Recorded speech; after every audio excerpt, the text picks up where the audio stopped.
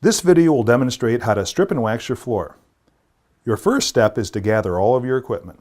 You could download the list titled Floor Stripping and Waxing Material List and all these procedures at greatwesternsupply.com. First, you move all the furniture and obstructions and run a dust mop over the floor to remove the loose debris. Tape off any doorways or carpeted areas and put out wet floor signs. Now put on your gloves and goggles, then put water in the stripper bucket and add the stripper. Take some baseboard stripper and spray it onto the baseboard. This gets the built-up wax and dirt off the baseboard. Give it a few minutes to dwell. Use a swivel utility pad to remove the built-up wax and dirt on the baseboard. Use a rinse mop to remove the remaining buildup, and you're done with the baseboards. Now let's add the floor stripper to the floor. Simply pull the saturated mop out of the bucket and flood the floor. After 10 or 15 minutes of dwell time, go ahead and remove the buildup wax along the baseboards by using a swivel utility pad. Sometimes we call them a doodle bug. You should use the swivel utility pad around the areas you don't want the machine to throw a stripper all over. You could also use a long-handled razor blade to remove wax buildup rather than the doodle bug.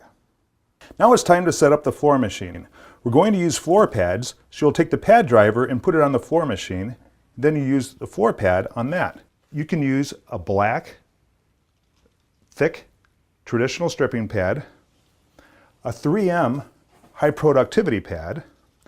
Today we're going to be using the ProLink Maroon Dominator stripping pad. Double scrub the floor with the floor machine, being sure to keep the machine in front of you because the floor gets very slick.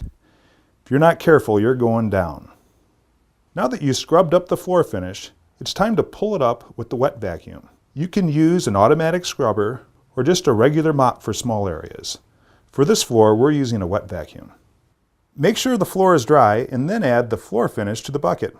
Take a can liner and put it inside the bucket. This keeps the floor finish from getting contaminated, and it also makes cleanup a lot easier. Okay, the floor finish is in the bucket.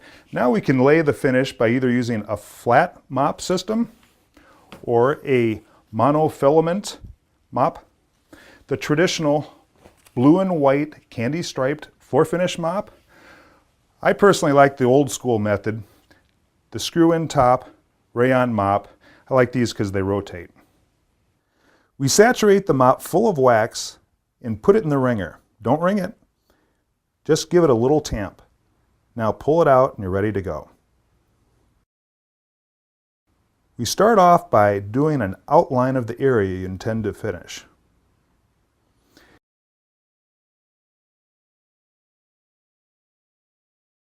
You finish your outline, reload your mop with wax,